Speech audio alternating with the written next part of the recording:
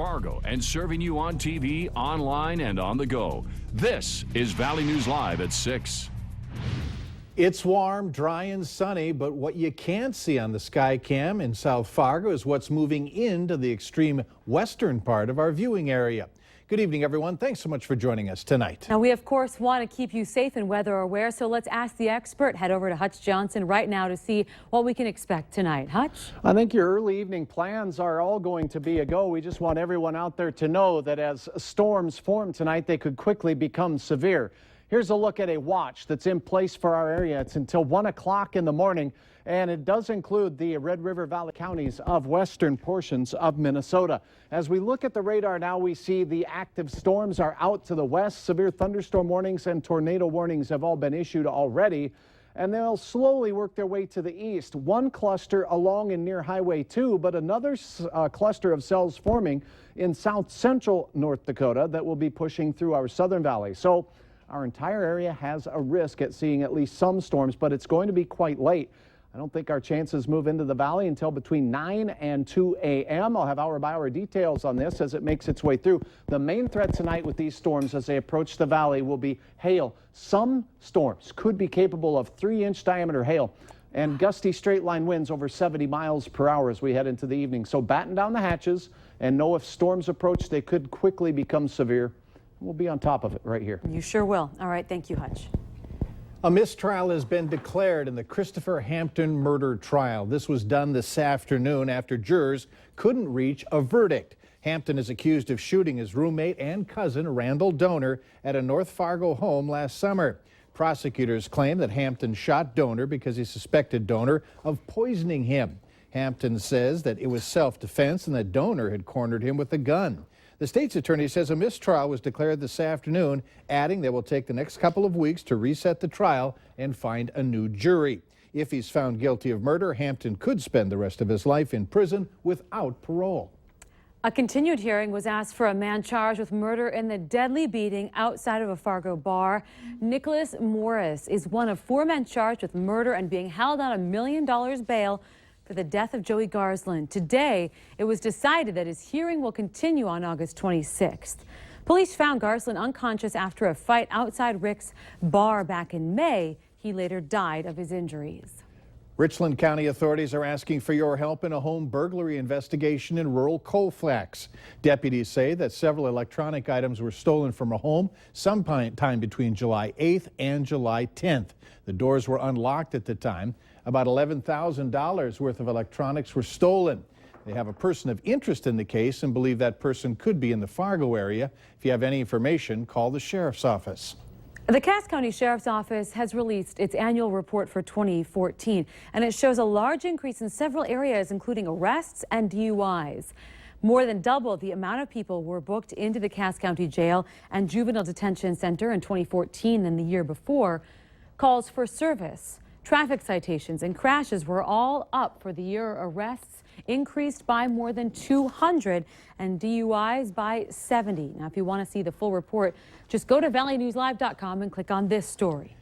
President Barack Obama issued an executive order in January dealing with local law enforcement agencies' access to military surplus by banning the sale of some types of military equipment. Sheriffs from across the country have expressed concern with that. Cass County Sheriff Paul Laney is a member of the National Sheriff's Association and says it is not for Washington to tell our sheriffs how to protect and serve their communities. Laney goes on to say that our citizens do that each and every day, holding their sheriffs and law enforcement agencies accountable to ensure public safety is maintained in a fair and reasonable way. Online classes can be a great option for students who are victims of bullying or who have severe medical problems. One course offered in both North Dakota and in Minnesota, physical education. One instructor in North Dakota says that he went to school to be a Phy Ed teacher, has all the necessary certifications, and in his opinion, the programs work. He says he most often deals with higher achieving students who can't fit gym into their regular coursework in a traditional school, but others are not convinced when it comes to holding those online students accountable. I have kids lie all the time in my classroom about things they have or haven't done, and I can look at them in the eye and I can go, really? And then they kind of rethink and re-answer. For more information about online schooling in North Dakota and Minnesota, just visit our website, valleynewslive.com, and click on this story. It appears there may be still a ray of hope for supporters of North Dakota as a potential University of North Dakota nickname. Now this week, the nickname committee dropped North Dakota from the list, wound up with Fighting Hawks, Nodaks, North Stars, Rough Riders, and Sundogs. Valley News Team's Neil Carlson has more on this story. The nickname committee's decision to drop North Dakota has created a firestorm of controversy. Two groups are even planning to protest the decision at rallies. That controversy might be expected in light of what's done at other colleges across the country. For example, years ago, I lived in the state of Michigan. Everyone there calls their college teams Michigan or Michigan State, not Wolverines or Spartans. Nickname committee member Carl Goring supported the name North Dakota, but the committee as a whole voted it out. Goring says it would not bother him if UND President Robert Kelly put North Dakota back on the list and let a public vote decide the issue. As I mentioned during the committee meetings, that was something I was advocating for in my meetings with alumni in the first task force. It was communicated to me very strongly that a lot of them would like to see that as an option going forward, and I felt it was important to represent that opinion. UND President Kelly now has the power to add North Dakota back to the potential nickname list, but what he'll do remains a mystery. I'm told he's traveling today and unavailable for comment. It's now in President Kelly's hands. It really is, and you know, for our part, our committee is finished our work, and the ball is in the president's office and their court right now. In Grand Forks, Neil Carlson, Valley News Live. Peter Johnson of UND Media Relations says President Kelly will likely have some comment on this tomorrow. A local grocery store is trying to make it easier for families to shop with kids that have special needs. Hornbachers has a special shopping cart in each of its stores that can hold adults and older children with special needs. A Moorhead mother requested the cart that's called Carolyn's Cart that she found while shopping with her 7-year-old daughter, which she says has become more challenging as her daughter has grown older. Still kind of little, but it's getting harder and harder to put her up in a cart, to lift her in. Now, Hornbachers says they have one cart in each store. They felt there was a need for them and wanted to accommodate our community. Have you ever heard of grippies? Those sticky hooks you put on the wall to hang things up? Well, they claim to be so strong they can even hold a 10-pound bowling ball. Well, we put it to the test. Coming up on Valley News Live 10 at 10, Valley News Team's Nicole Johnson brings the product to a bowling alley to find out if grippies really holds up.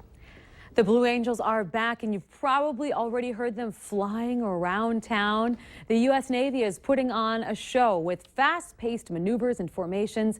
Today we had the chance to talk with a medical examiner who is part of the Blue Angels team. She says their goal is to inspire young people to stay in school and set goals, especially young women. It's a man's word, so we do the same thing that they do. There is no segregation here. You cannot say that I'm a woman, so I can't do this kind of job. You just do basically what everybody else does. So it's inspiring. I'm happy, and wherever we go that we meet women, they're proud of us as women to be part of the team. This weekend, there will be 6 women in the show, including the first female pilot since the Blues were formed. You can catch the air show Saturday and Sunday from 11 to 4 p.m. at the airport. And check this out, our very own Christy Larson.